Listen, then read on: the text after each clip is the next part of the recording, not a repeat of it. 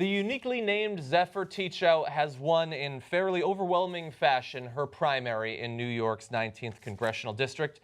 This is importantly one of the most progressive candidates that Bernie Sanders has supported for office, one of the lower offices throughout this cycle. And it's great to see that she has won. The media has been so thrilled, so smugly thrilled when any candidate that he has raised money for or he has endorsed has lost so far this cycle. Zephyr Teachout, who he supported and who wrote editorials in support of Bernie Sanders earlier in the cycle, so it was reciprocal, has won. Now, if you're not familiar with Teachout, she is a law professor who specializes in the study of corruption and corporate power. Teachout's campaign is focused on money in politics, denouncing the ease with which big business is able to distort both consumer markets and the political process, and also importantly, perhaps learning from Bernie Sanders' example and probably getting some of his expertise and his campaign's expertise. She's raised more money in the first 3 months of her campaign than any other House candidate from either party in the state of New York. She relies heavily on small donors with an average contribution of less than $50 in the first quarter of this year. So just like Jamie Raskin, who wrote the book on getting money out of politics, she wrote the book on corporate power and corruption. And it's a good book. and she explains, as we explain on the Young Turks, that it's not that corporations are evil, that if you design a corporation to maximize profit, a thing that they will naturally do is look at how do I maximize profit. Now, one of the ways is make a great product and make it better than the other guys. The other way to do it is don't let the other products make as good a product. For example, I've got all these car dealerships here, and Tesla wants a car dealership.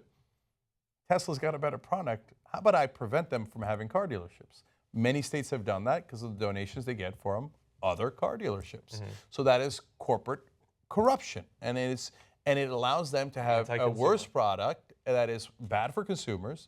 So that's one of many examples I can give you. But the other thing you could do is say, hey, government, give me subsidies. And now the oil industry makes more money than almost any other companies. The top 5 out of 10, I believe, most profitable, not revenue, profitable. They're doing great. Yeah. Businesses in the world are oil companies. Nonetheless, they'll take at least $14 billion a year from subsidies from the American people as if they need a handout. Now, well, just until they get their legs underneath them as an industry. Now, when, yeah, I know, right? A couple more 100 years and they're going to be in great shape. Now, when you see that's crony capitalism, you see how the corporations have too much power and they were able to purchase the politicians who gave them that unfair advantage. And by the way, an advantage they have also over alternative energy sources, which they then use to try to suppress alternative energy sources. The mainstream media will tell you, oh, don't be a conspiracy theorist. No, of course the oil companies need an extra $14 billion, and they need you to work your ass off, tax you, and then take your money and put it in their pocket that's already filled and bursting at the seams. Yeah. Oh, don't be ridiculous. So she proves them wrong. That's why they don't like her.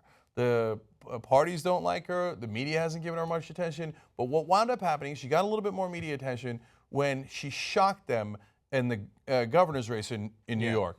The media loves Andrew Cuomo, the governor of New York. They're like, oh, he's so bipartisan.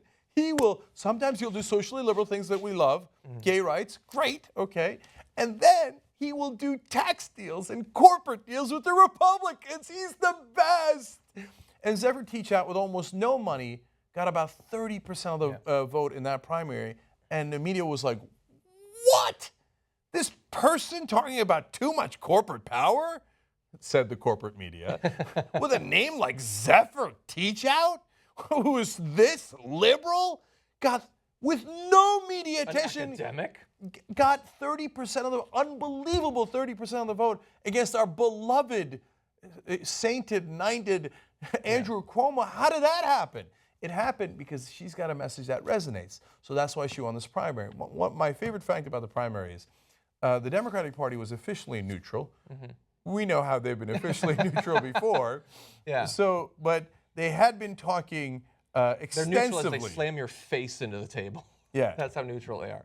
And her opponent was this guy named Yandick, and they had extensive conversations, according to the Huffington Post, with Yandick, the party had. In other words, thumb on the scale. How'd that thumb work out for you guys? Yeah. Because the party... You know where you can put that thumb? I'm pretty sure I know where they could put it. All right. So, but think about this, because this is a really interesting point at that. So, she actually outraised every other Democrat, or I'm sorry, every other politician of either party in the state of New York. Now, the official reason the Democratic Party usually gives for not supporting liberals or not supporting people who don't take corporate money is, well, listen, we've got to be pragmatic here. You need a lot of money to win these races, so we can't have you running in here without any money and then losing to the Republicans. We've got to be pragmatic. But wait a minute. She has more money, not less money. She has more money, and she didn't raise it from corporations. She raised it from small donations. So she's got more money than her primary opponent. She's got more money than her Republican opponent. She's got more money than anybody else. I thought you thought the problem was that she's got to have a good chance of winning, and you need good. Oh, it turns out that wasn't the problem. Yeah. Turns out the problem was you wanted her to specifically take corporate money. And when she doesn't take corporate money, the Democratic Party doesn't like that. That gets under their skin because the rest of them do, and they're like, why won't she get corrupted? And that is what drives them nuts. Now, to be fair, they were officially neutral. Which is nice of them. Right. Well, it didn't work. Zephyr Teachout has won the primary. It is an interesting district.